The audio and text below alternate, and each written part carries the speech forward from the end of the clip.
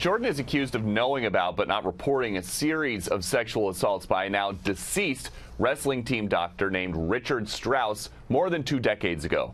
One of the men who says that Jordan did nothing at the time is named Mike DeSabato.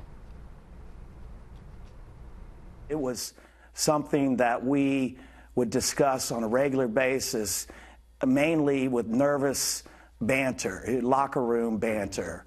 If you've ever been in a male locker room, there's a lot of testosterone, and there was a lot of banter about, Doc being a groper.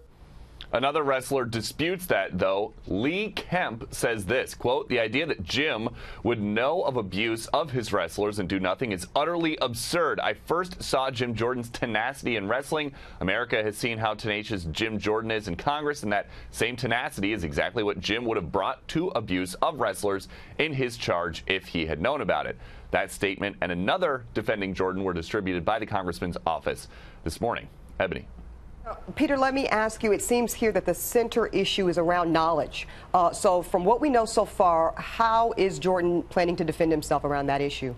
His office says there's nothing to it, Ebony. They sent us this statement. Congressman Jordan never saw any abuse, never heard about any abuse, and never had any abuse reported to him during his time as a coach at Ohio State. He has not been contacted by investigators about the matter, but will assist them in any way they ask, because if what is alleged is true, the victims deserve full justice, a full investigation and justice. Jordan himself later told Politico, "It's not true. I never knew about any type of abuse. If I did, I would have done something about it. And look, if there are people who are abused, then that's terrible, and we want justice to happen." Speaker Ryan's office has also now weighed in. They say these are serious allegations, and Jordan himself is often mentioned as a possible candidate for Speaker once Ryan leaves. Ebony.